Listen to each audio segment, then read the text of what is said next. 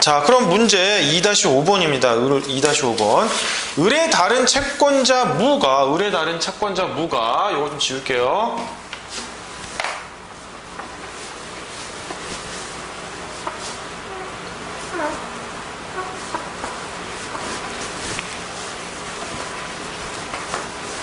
을의 다른 채권자 무가 있었어요. 을의 다른 채권자 무가 을의 병에 대한 소유권 이전 등기 청구권을 가압류해버렸네요. 지금 보면 갑이 을에게 갖고 있는 건 뭡니까? 대물변제 약정에 기한 소유권 이전 등기 청구권이죠. 금전채권으로서 1억 원은 대물변제 약정으로 소멸했으니까. 그럼 을이 병에 대해서 갖고 있는 거는 매매계약에 기한 소유권 이전 등기 청구권이다. 그쵸? 근데 을의 채권자가 갑만 있는 게 아니라 이제 무도 있네요. 무가 이렇게 있었어요.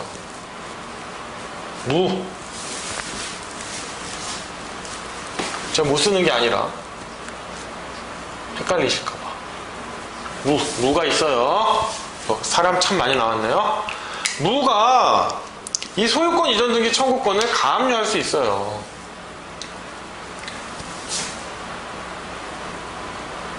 자신의 채권에 기초하여 을이 병에 대해서 가지는 요 채권을 딱 가압류를 해버려요. 자, 여러분 이제 용어에 조금 이제 혼란을 가지시는데요. 좀 간단히 설명드릴게요. A가 B한테 금전 채권을 갖고 있어요. B가 C한테 금전 채권을 갖고 있어요. 자, 그럼 A는 자신의 금전 채권을 보존하기 위해서 B의 재산에 대해서 강제 집행을 해야 돼요. 근데 B의 재산으로 보니까 뭐가 있어요? 부동산, 유채물, 채권, 그 밖의 재산권이에요. 민사집행편 가면요, 제가 지금 말한 것처럼 구분이 돼 있어요. 그래서 이런 표현을 써요. 여기는 금전채권에 기초한 강제집행, 이런 말을 써요. A가 B에 대해서 갖고 있는 금전채권에 기초한 강제집행은, 이건 이제 근거겠죠. 기초한이니까. 부동산에 대하여, 유채물에 대하여, 채권 그 밖의 재산권에 대하여 강제집행을 할 수 있다라고 되어 있어요. 이건 대상에 대한 거예요. 그래서 금전채권에 기초한 강제집행하면 요걸 말하는 거고, 그 종류는 3가지가 있어요. 그리고 금전채권에 대한 강제집행, 그러면 요걸 말하는 거예요. 이건 금전채권에 대한 강제집행. 그래서 금전채권에 기초한 강제집행으로서 부동산에 대한 것이 있을 수 있고, 유채물에 대한 게 있을 수 있고, 금전채권에 대한 게 있을 수 있는 거예요. 요 3가지인데, 지금 무가 하고 있는 건 뭐예요? 무의 채권을 단순히 뭐 일반 채권이라고 할게요. 일반 금전채권이라고 할게요. 금전채권이라고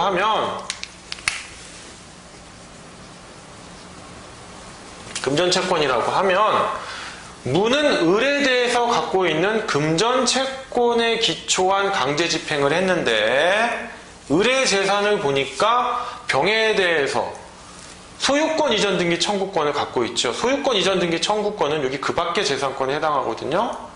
그래서 이 금전채권에 대하여 강제집행을 하는 거예요.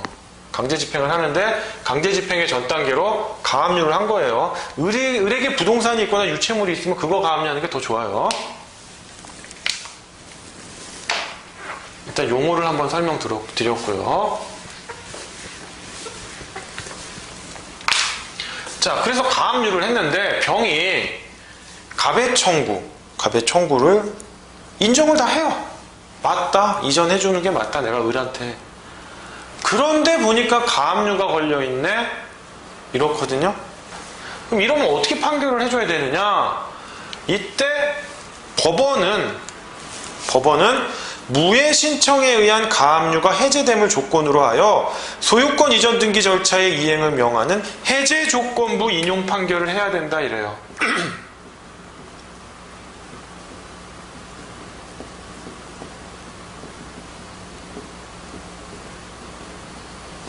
해제 조건부 인용 판결을 해야 된다. 지금 물 한 모금만 마시고 시작하겠습니다.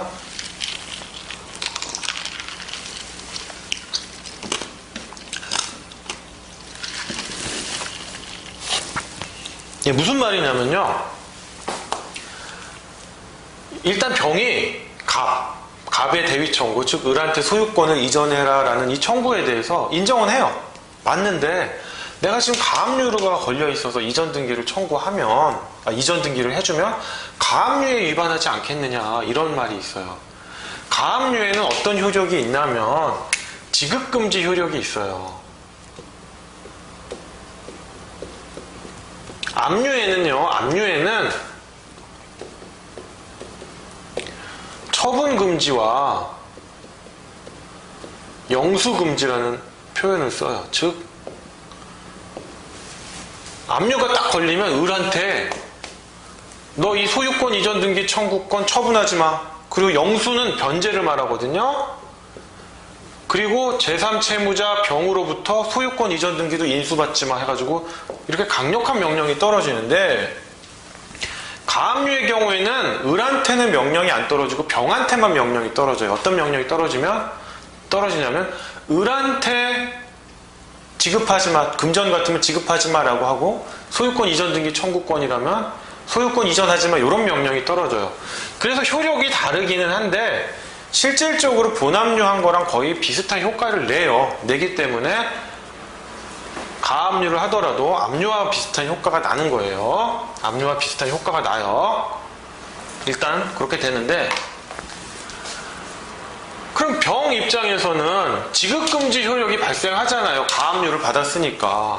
그런데 판결에 기해서 을한테 넘겨줘라라고 하면 아무리 판결이라지만 불법을 저지르라는 것을 이행하는 판결이 난 거잖아요. 그래서 병이 항변을 해야 돼요. 가압류 항변을 하면 법원이 이거 을한테 소유권 이전 등기를 넘겨주는 건 맞는데 가압류도 걸려있고 이거 복잡해. 그러니까 동시 이행으로서 가압류 해제를 조건으로 갑의 청구를 인용한다라는, 또는 뭐 을의 청구겠죠. 을이 직접 병한테 청구를 했다면 인용하는 판결이 나와요. 근데 선생님 왜 이런 해제 조건부 인용 판결을 할까요? 라고 하는데, 이거는 소유권 이전 등기 청구권이 민사 집행에서 나오는데요. 의사의 진술을 명하는 판결이에요. 의사의 진술을 명하는 판결. 이게 무슨 말이냐?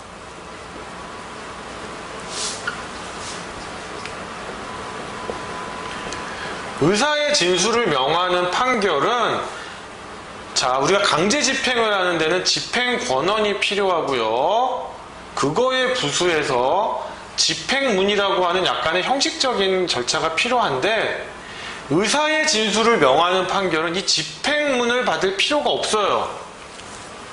집행문을 안 받아도 돼요. 그러니까 만약에 판결문으로서 확정 판결을 받아요. 소유권 이전 등기를 넘겨줘라 라고 하면은 그 판결문을 들고 쫄래쫄래 해가지고 등기소에 가면 등기가 아니 바로 등기를 해준단 말이에요.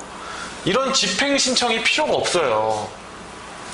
그러니까 만약에 병은 을에게 소유권 이전 등기 절차를 이행하라라는 판결문이 나면은 을이 됐든 갑이 됐든 그 판결문 들고 가서 등기를 신청하면 바로 등기가 되기 때문에 가압류 침해하는 효과가 나니까 이렇게 해제 조건부 인용 판결을 해주는 거예요.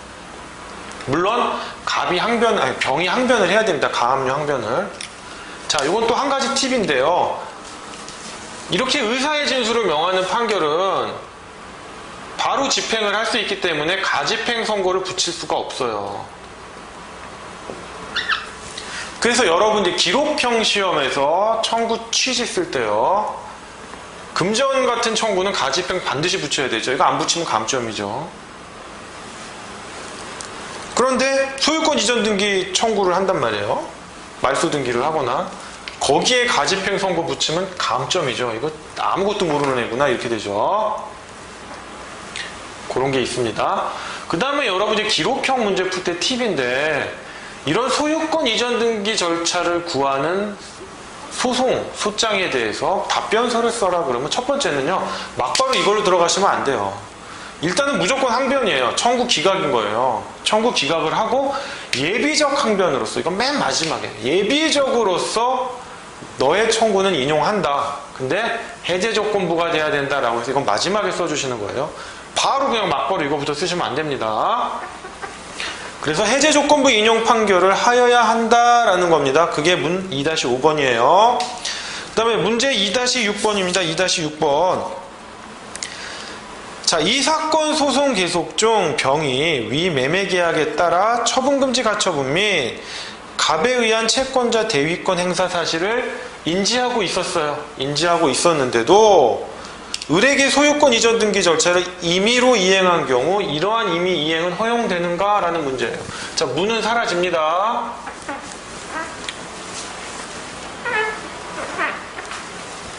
자, 뭐냐? 병이 소유한 토지에 가처분이 되어 있었단 말이에요. 대위에 의한 가처분이 되어 있었는데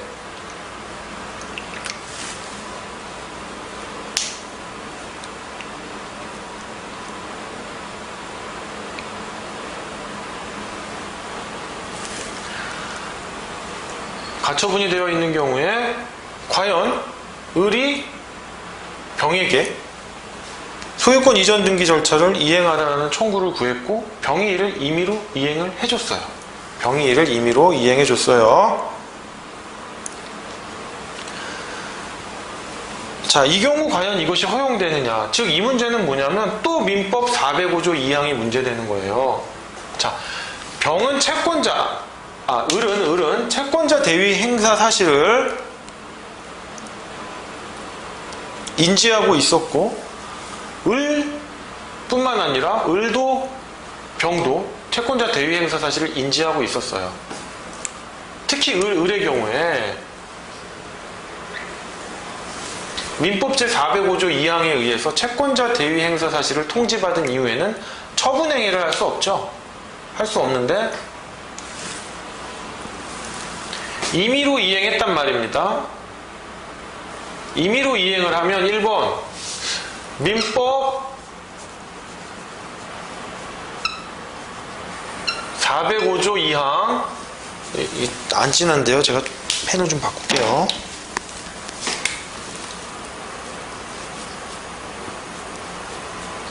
민법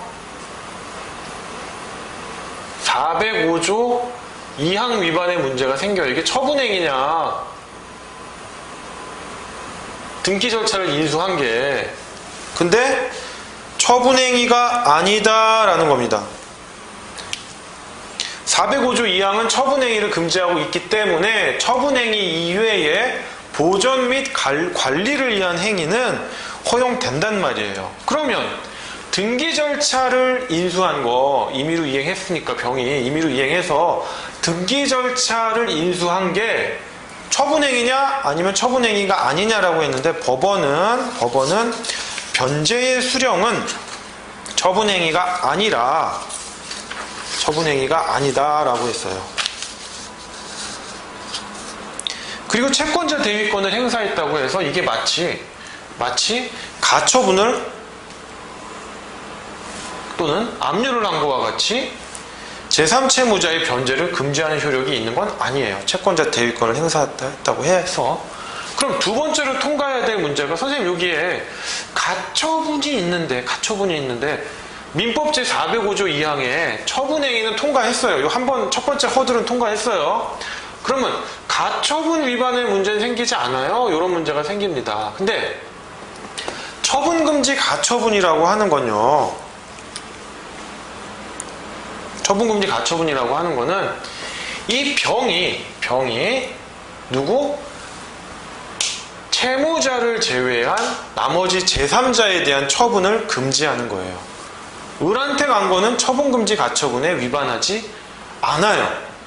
그래서 처분금지 가처분 위반의 문제도 안 생기고 처분행위의 문제도 생기질 않아요.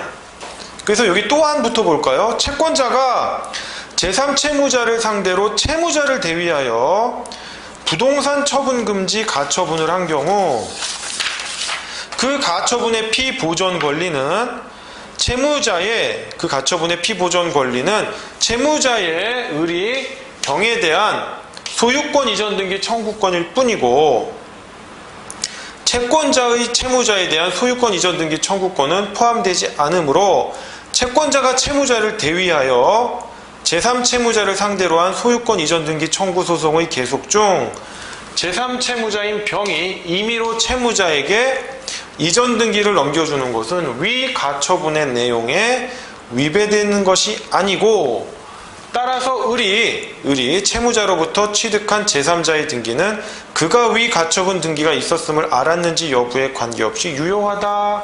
말 어렵죠? 아니 문제가 다 끝난 것 같은데 뭐 새로운 문제가 또 나오는 것 같아요. 새로운 거 나오는 것 같아요. 자, 다시 설명드립니다. 토지에 대한 가처분이 있었다. 오케이. 채권자 대위 행사 사실도 을 또는 병 둘 다 알고 있었다. 그런데 병이 임의로 이행을 했다. 소유권 이전 등기 절차를. 물론 뭐 갑이 대위에 의해서 소송을 했건 을이 대위에 의해 소송을 했건 임의로 이행을 했단 말입니다. 자, 두 가지 쟁점이 있다고 그랬죠. 1번, 민법 제405조 2항의 처분행위에 해당되는 거 아니냐? 근데 민법 제405조 2항은 처분행위만 금지하고 있을 뿐 관리나 보존행위는 허용하거든요. 그럼 이건 뭐예요? 소유권 이전 등기 절차를 인수한 거는 처분행위가 아니다. 변제를 수령한 거기 때문에 관리 및 보존행위에 해당되니까 민법 제405조 2항에 위반되지 않는다. 선생님, 근데 토지에 가처분 있잖아요. 가처분 위반에 문제 생기지 않을까요? 가처분은 병이 제3자에게 처분하는 것을 금지할 뿐 원래 채무자에게 이행하는 것은 허용한다라는 얘기입니다. 그래서 어떤 문제가 생기냐면, 자, 이 가처분을 할 때 가처분의 피보존 권리가 뭘까요? 가처분의 피보존 권리는 얘지요, 얘. 매매계약에 기한 소유권 이전 등기 청구권이란 말이에요. 얘를 보존해주기 위한 게 아니에요. 그래서 병이 을에게 임의로 이행을 했다고 해서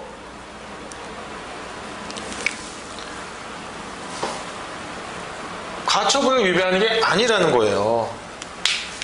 그렇기 때문에 만약에 병이 이렇게 정이라고 하는 제3자한테 넘겨주잖아요. 그럼 처분금지 가처분을 위반한 거예요. 그래서 갑은 정을 상대로 승계집행문을 부여받아가지고 나중에 승소한 다음에 다시 토지를 뺏어오면 돼요. 되는데 이렇게 을로 갔다가 정한테 왔다 이거예요. 다른 정이라고 쳐요. 얘는 정일, 얘는 정이에요. 이렇게 오면 제3자한테 간 건 마찬가지예요. 결과적으로 마찬가지인데 이건 유효하다 이거예요. 가처분에 당사자 항종 효과가 미치지 않아요. 가처분을 위반한 게 아니기 때문에. 가처분을 위반하면 당사자 항종 효과가 생겨서 정, 원, 정, 투 나가도 갑이 본안에서 승소한 다음에 승계 집행문을 부여받아서 집행을 할 수가 있어요. 그런데 이렇게 되면 일단 을 앞에 왔기 때문에 깨끗해진 거예요. 가처분을 위반한 게 없어졌어요. 그렇기 때문에 정투한테 토지를 이전해줘도, 부동산을 이전해줘도 가처분을 위반한 게 아니에요. 갑은 억울하죠. 가처분까지 했는데 내가 어떻게 왜 이렇게 또 당해야 되느냐. 사실 집행에 있으면 집행이 끊임없이 일어납니다. 문제는 병이 을한테 이미 이행했을 때 갑으로서는 어떤 방법을 취해야 되냐면, 을 앞으로 토지에 대한 소유권 이전 시 토지가 일로 넘어왔잖아요. 이 토지에 대해서 가압류 가처분을 했어야 돼요. 또다시 별도의. 그거 안 한 잘못은 있어요. 그런데 병이 을한테 이미 이행하는지 제가 24시간 관리 감독할 수는 없잖아요. 맨날 지켜보고 스토커처럼 할 수 없잖아요. 그래서 갑이 잘못한 건 뭐냐? 처분금지 가처분만 했지 요 매매계약에 기한 소유권 이전 등기 청구권을 실은 동시에 가압류를 했어야 돼요. 소유권 이전 등기 청구권에 대한 가압류, 토지에 대한 처분금지 가처분, 요 두 개가 동시에 이루어졌어야 돼요. 그러면 병이 을한테 이행을 했잖아요. 가압류 위반한 게 되잖아요. 그러면 또 당사자 항종 효과가 생기죠. 못 넘기죠. 소유권 이전 등기 청구권에 대한 가압류를 동시에 받아야 된다. 그렇기 때문에 여러분이 가처분만 해놓고 가압류만 해놓고 하나만 해놓고선 안전해라고 하면은 절대 오산이에요. 가처분과 대상에 대한 가처분과 그 대상을 인도하거나 청구할 수 있는 권리에 대한 가압류는 두 개는 동시에 일어나야 됩니다. 그렇게 안 해놓으면 목적물을 잡아놓을 수가 없어요. 아주 중요한 부분입니다. 이 부분. 자, 문제 2-7번입니다. 을이 문 2-1, 병이 문 2-2, 정이 문 2-6의 소송을 제기하지 않은 것으로 전제한 거예요. 이건 제가 그냥 쓴 건데 이게 없더라도 당연히 전제하고 하셔야 돼요. 있으니까 뭐 그럼 문제 복잡해져서 문제가 나오겠습니까? 전제한 거예요. 자, 갑의 소송 계속 중에 병이, 갑의 소송 계속은 뭘까요? 채권자 대위로서 소유권 이전 등기 청구 소송을 제기한 거겠죠? 제기하려고 보니까 병이 항변을 해요. 무슨 항변을 합니까?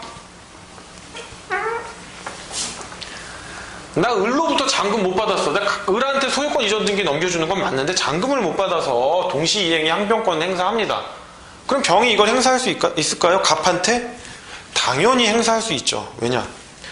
을이 병한테 소유권 이전 등기 청구 소송을 제기하면 병은 을한테 그래 너 소유권 이전 등기 받아가는 거 맞아. 우리 매매 계약 했으니까. 근데 잔금 안 줬잖아. 동시이행 항변하자. 을한테 항변할 수 있죠. 그런데 갑이 을을 대위해서 을에게 병 너 소유권 이전 등기를 해라고 하는 채권자 대위 소송을 했다고 해서 동시이행의 항변권을 행사하지 못하게 하면 불합리하잖아요. 을이 제기하면 할 수 있고 갑이 채권자 대위 소송으로서 제기하면 못하게 하면 병은 너무 불합리하잖아요. 그러니까 병은 누가 됐던 동시이행의 항변으로서 갑에게 대항할 수 있는 겁니다.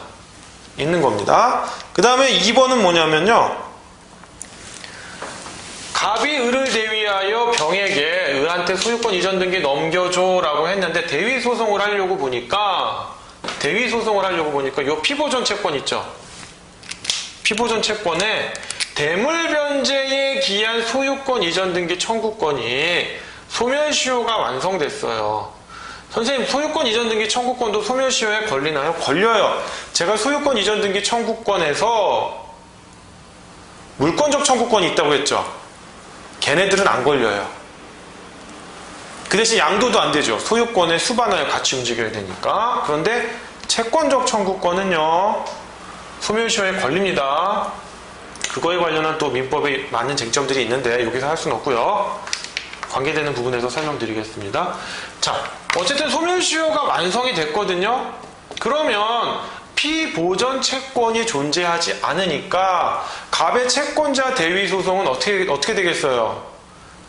피보전 채권이 존재하지 않으니까 채권자 대위권의 요건 사실 중 1번 결여됐죠. 당사자 적격 중에서 소송 요건이 결여되니까 부적법 각하하여야 된다. 고난전 항변사유다. 제가 그냥 줄줄이 외우라고 했죠. 그러니까 병이 감 너 채권자 대위 소송한 거는 맞는 것 같은데 너 을에 대한 소멸시효 완성됐잖아. 이런 주장할 수 있는가요? 안 된다. 시효이익을 직접 받는 을만이 할 수 있지 병은 할 수 없다라는 겁니다. 자, 저 손가락을 보시면 대법원은 소멸시효에 직접 이익을 받는 시효이익의 직접 수익자에 대해서 이렇게 3가지 정도가 있고요. 그 다음에 이 두 명은 직접 수익자에 해당되지 않는다고 봤어요. 그래서 이 제3채무자는 시효이익의 직접 수익자가 아닙니다. 자, 그 다음 문 2-8인데요. 다 왔습니다. 갑이 병에 대하여 요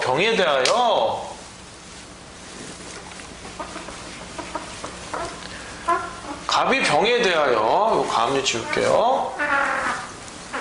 갑이 병에 대하여 채권자 대위 소송을 제기했는데 을한테 소유권 이전 등기를 하라라는 게 아니라 자기한테 해달래요. 뜬금없이. 자기한테 직접 넘겨달라라는 게 채권자 대위 소송으로 가능하냐 이거예요. 원칙적으로 됩니까? 안 됩니까? 안 돼요. 채권자 대위권은 뭐예요? 너의 채권을 우선적으로 만족시키는 게 아니라 총채권자, 을채무자의 총채권자의 공동담보를 위한 것이기 때문에 얘 앞으로 돌려놓는 거예요. 그런데 예외적으로 원칙은 부정, 항상 예외가 있어서 여러분 골아 푸시죠. 예외가 뭡니까? 금전의 지급이나 물건 인도 청구에 대해서는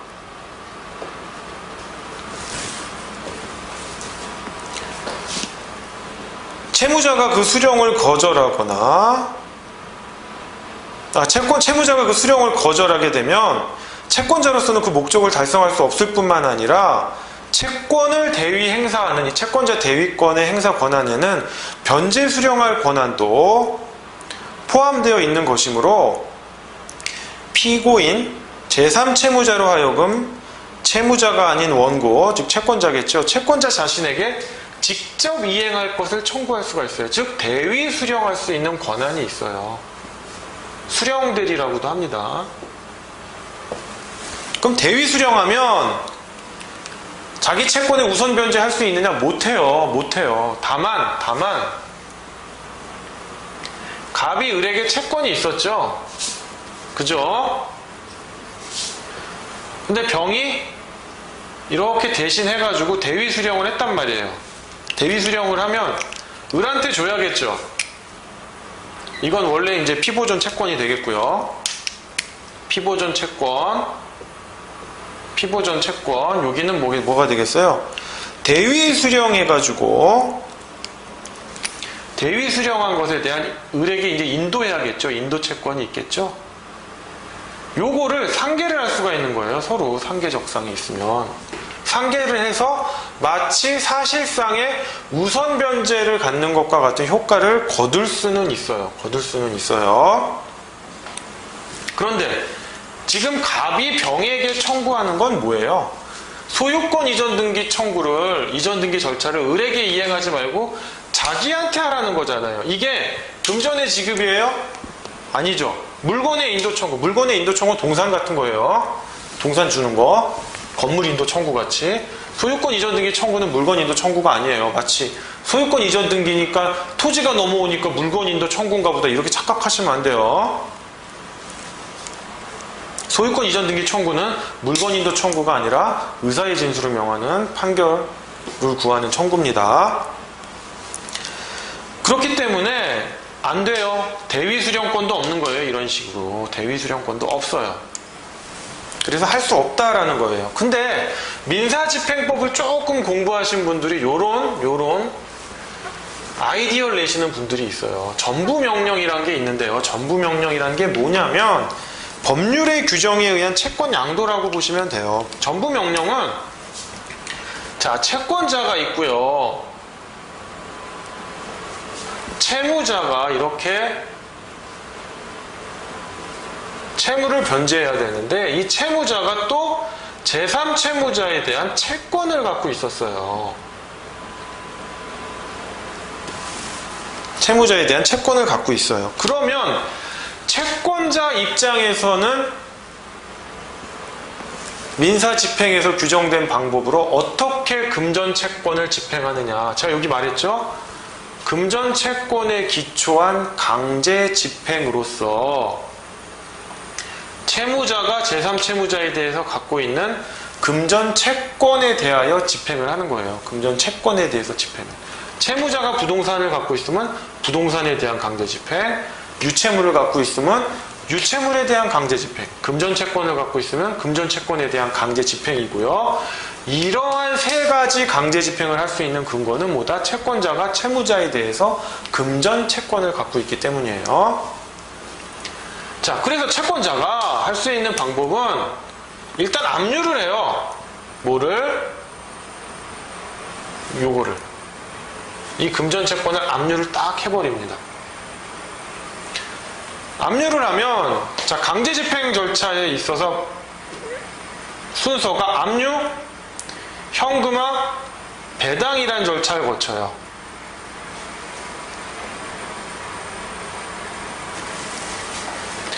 자, 부동산을 압류한 다음에 경매 개시 신청을 한 다음에 법원의 경매 개시 결정이 떨어지면 경매를 해요. 그게 현금화 절차예요. 경매를 해가지고 낙찰자가 나오겠죠. 그러면 경매 비용을 제외하고 총 채권자들이 달라붙어서 배당을 받습니다. 이런 과정을 거치는데, 이런 금전 채권을 일단 압류를 한 다음에 현금화 절차가 뭐냐면 우리가 많이 쓰는 경매가 아니에요. 채권을 경매할 수는 없잖아요. 그게 바로 추심명령, 전부명령이라는 거예요. 그래서 추심명령과 전부명령은 금전 채권에 대한 현금화 절차다라고 알고 계시면 돼요. 그런데 법원은 이거를 순서대로 해주지 않고 동시에 합니다. 채권자의 편의를 위해서요.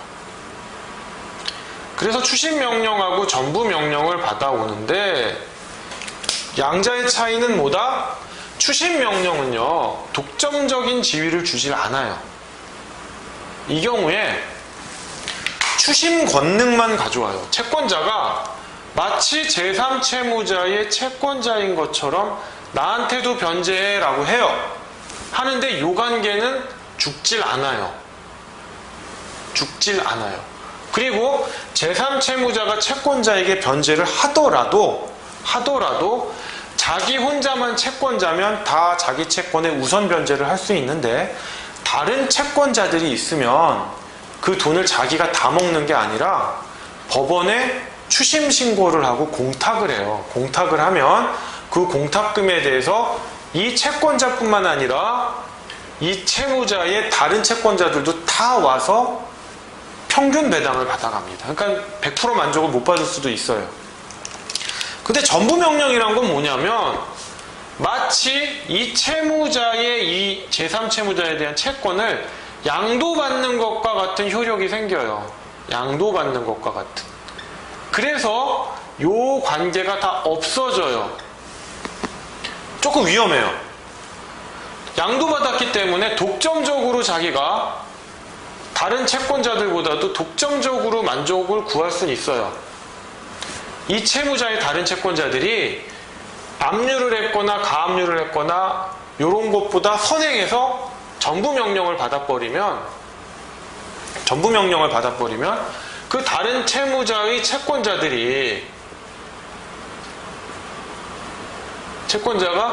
압류를 하려고 해도 어떻게 돼요?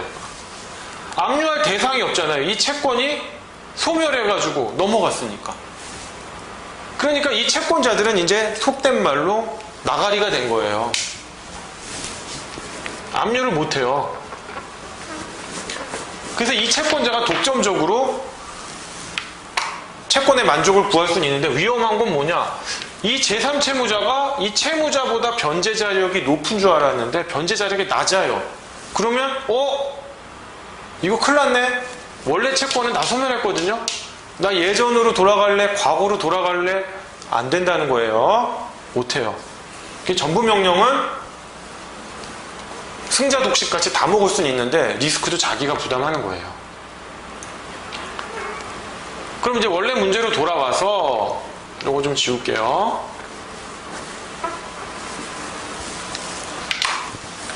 자, 요게 이제 소유권 이전 등기 청구권이잖아요. 소유권 이전 등기 청구권을 압류를 해서 요 경우 이제 갑이라고 보시면 되고, 저 사안에서 을이라고 보시면 되고, 병이라고 보시면 되는데, 여기에 이제 소유권 이전 등기 청구권이 있는데, 선생님, 그럼 이 소유권 이전 등기 청구권을 전부 명령의 형식으로 채권자가 가져오면요, 직접 병으로부터 이전 등기를 청구할 수 있는 뭐 하나의 탈출구가 생기는 거 아닐까요? 라고 생각하시는 분들이 있어요. 여기서는 뭐 전부 명령을 구하진 않았지만, 전부 명령을 만약에 구한다면, 압류를 해서 전부 명령을 구하면 이렇게 될 수 있지 않을까요? 라고 생각하시는 분들이 있는데 오산입니다. 전부 명령의 요건 중에 하나가 그 채권이 권면액이 있어야 된다라는 말이 있어요. 권면액이 뭐냐면 유가증권과 채권, 유가증권 여기 상에 형식적으로 기재된 금액이에요. 그 금액이 1억 원이라고 적혀 있는데 너무 그 채권이 수요가 좋아서 뭐 2억 원으로 거래되던지, 그 회사가 망할 직전이어서 1억 원이라고 되어 있는데 10,000원에 거래되든지, 그거는 묻지 않아요. 형식적인 금액이에요.